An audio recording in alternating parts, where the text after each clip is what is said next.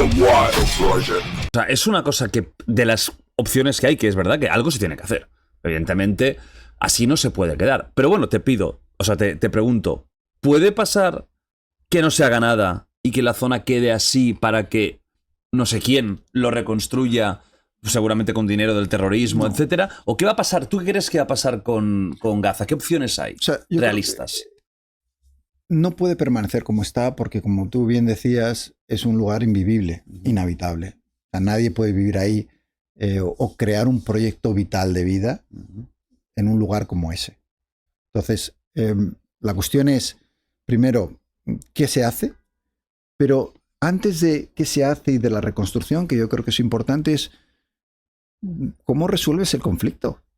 Porque si ¿cómo vas a empezar a construir mientras la posibilidad de que esa guerra continúe y se reanude está ahí? ¿Para qué? Para destruirlo, según empiezas a construir, volver a destruirlo.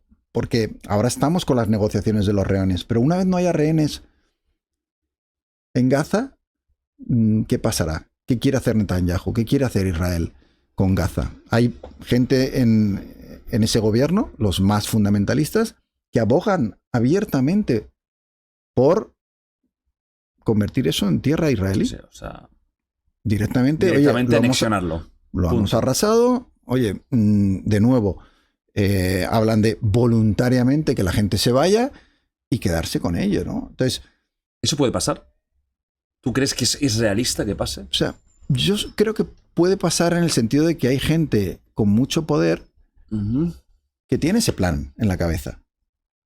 Que sería para mí un crimen que recordaríamos dentro de siglos también. Que cuando antes decía que una cosa que me preocupa es la debacle moral internacional en general, en la que ya no distinguimos qué está bien y qué está mal porque nos ponemos una camiseta ideológica o una trinchera y ya nos da todo igual, yo no creo que haya nadie, ni de derechas ni de izquierdas, que pueda pensar que arrasar Gaza, expulsar, entre comillas, voluntariamente a sus habitantes y convertir eso en un resort de propiedad israelí o estadounidense, que puedan pensar que eso es moralmente aceptable. No lo puedo imaginar, porque cualquier persona con un mínimo de fibra ética dentro de su cuerpo tiene que llegar a la conclusión de que eso está mal y de que eso no se puede hacer y que es intolerable. Y esto no tiene nada que ver con, como he dicho antes, que por supuesto Gaza esté en manos de una banda de terroristas despreciable que lo único que han hecho es condenar a su pueblo a la pobreza y al infierno. Entonces, o sea, recuperemos... Sigue siendo un polvorín difícil de saber qué hacer, ¿no? Pero tú ves una reconstrucción por parte de... Es que, claro, vamos a decir que hay una parte que es muy clara. Estados Unidos, Israel, mucho dinero y pueden reconstruir eso relativamente fácil. Y más si sacan rédito luego económicamente, convirtiendo eso en un reclamo turístico. Pero luego está el otro lado. ¿Quién del otro lado pagaría una reconstrucción de miles de millones de dólares? Pero es que ni Israel ni Estados Unidos van a reconstruir Gaza para dejárselo en manos de Hamás. No, claro. Eso no va a pasar nunca. Sería suyo. Nunca. O tendría que haber un cambio en el mundo palestino. Una de las cosas que han pasado en esa guerra es que el objetivo era destruir a Hamás. No se ha conseguido. Hamás sigue. Hombre, y cada vez que vemos una entrega de un rehén, son Hamás. Vemos un montón de milicianos con pasamontañas y demás. Quien ha sufrido más en esta guerra no ha sido Hamás, ha sido los civiles. Entonces, la reconstrucción no se va a hacer mientras Gaza esté bajo el control de Hamás, porque Israel no va a hacer, ¿no? Que les va a hacer una ciudad nueva para que siga estando otra vez bajo el control de aquellos que consideran una amenaza existencial para Israel. No va a pasar. Entonces, antes de que eso se reconstruya, tiene que haber una solución al conflicto y tiene que haber una resolución de qué pasa con la futura Palestina, si va a haber dos estados, que es una opción cada vez más inviable. Pero claro, es que esto que dices no parece que pase ni en años. Entonces, ¿que estará años Gaza en esta situación? Bueno, llevamos décadas con un conflicto que cada vez va a peor. O sea, pero lo de Gaza, la gente ahí, ¿cuánto tiempo más va a poder aguantar sin morirse toda? Pues depende de Israel, porque en los últimos días estamos viendo noticias de... o sea, Gaza depende 100% de Israel. Para la electricidad, para la llegada de alimentos, para el agua, para todo. Es decir, todo absolutamente depende de Israel. Ahora Israel está castigando a Hamas, recortando el suministro eléctrico, limitando los alimentos. Entonces, digamos que lo mantienen en vida, pero por poco, ¿no? O sea, un poco pendiente de un hilo. Y depende de Israel. O sea, Gaza no es un lugar que pueda decidir sobre sí mismo su futuro. Entonces, tenemos que entender qué quiere hacer Netanyahu, qué quiere hacer el gobierno israelí, cuáles son sus planes. Y el mayor problema a sus planes son 2 millones de personas. ¿Qué pasa con esos 2 millones de personas que los países árabes fronterizos no quieren aceptar porque saben que una vez abran las fronteras no van a volver, se los van a tener que quedar? Y ahí van a entrar terroristas y claro, ahí se va a meter de todo tipo de gente que no quiere. Y por otra parte, hay unos planes en los que yo creo que coinciden Trump y Netanyahu de, oye, vamos a hacernos con ese pedazo de tierra que nos viene estupendo, con salida al mar, vamos, maravilloso, ¿no? Entonces, están digamos, bloqueados ahí. ¿Qué va a pasar? Es difícil decirlo, ¿no? Porque la solución que quiere Israel y que quieren Estados Unidos es que requiere de un crimen humanitario brutal, que es quitarte de en medio a 2 millones de personas.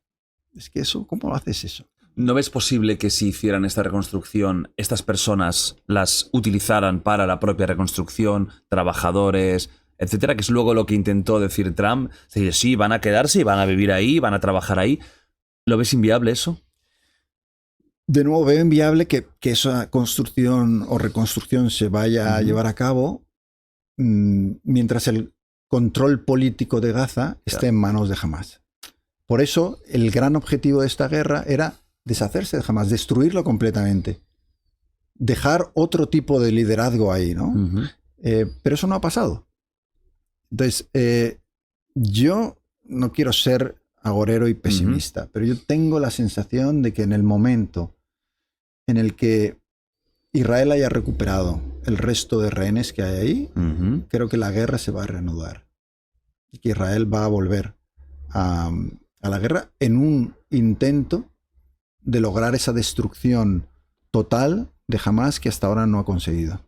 Que van a entrar, ¿tú crees, en más allá de la infantería? Todo, porque ya es que ya bombardear más, ya no sé qué se puede bombardear, si es que no queda casi nada en pie. No queda casi nada en pie. Ya todo debe ser subterráneo, ya todo debe ser... Pero es que jamás tenía esa red que tú hablas, ¿no? Subterránea, tenía muy planeado esta posibilidad, en el sentido de que muchas veces hemos visto estas bombas de 1 tonelada caer en barrios porque Israel había detectado un miembro de Hamas. Y ahí, de nuevo, vuelvo a la debacle moral. Y ya sé que me estoy poniendo un poco pesado con esto, pero pensemos todos en la cuestión ética de repente, en una barriada llena de gente, hemos localizado a alguien que nos amenaza. En este caso, un miliciano de Hamas. ¿Hasta qué punto es legítimo, para asegurarnos de la muerte de ese tipo, dejar caer una bomba de 1 tonelada sabiendo que vamos a matar otras 1000 personas que no tienen nada que ver con Hamas? O que por lo menos, porque muchos de ellos son niños. ¿Es eso ético, moral? ¿Es algo que se puede hacer? Porque mucha gente a mí me dice, bueno, pero es que la culpa es de Hamas por estar ahí, por tener ese tipo en el barrio y demás, ¿no? Ya, pero todas estas personas que van a morir probablemente ni siquiera saben que a lo mejor este tipo es de Hamas, o no la están protegiendo, o en el caso de los niños evidentemente no tienen nada que decir en esto.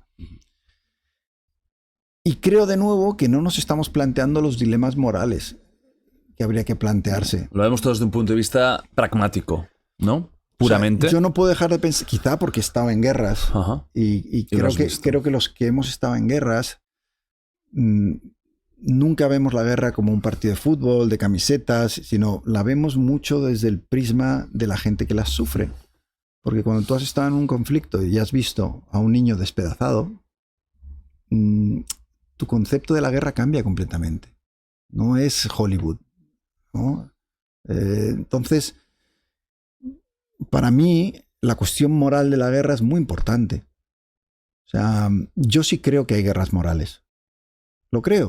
O sea, yo creo que en el caso de Ucrania, me parece que es moral por parte de Ucrania querer defenderse del ataque de un país mucho más poderoso que envía tropas. Y luego ya podemos hablar de las causas. Hay mucha gente que piensa, no, es que Putin no podía tolerar que la OTAN creciera hacia su frontera. Bueno, no quiero ni siquiera entrar ahí. Lo que sí quiero entrar es en el tema de, hay veces que la guerra, o coger un fusil y defenderte, o intentar matar a otro, tiene un concepto moral en cuanto a que estás protegiéndote. Otra cosa es cuando tú eres el agresor. En este caso, tú dices, voy a eliminar una amenaza para mi pueblo. Yo intento ponerme en el lugar del israelí que tiene que tomar la decisión en ese momento de apretar el botón o no, de dejar caer esa bomba en uno de los lugares más hacinados del mundo.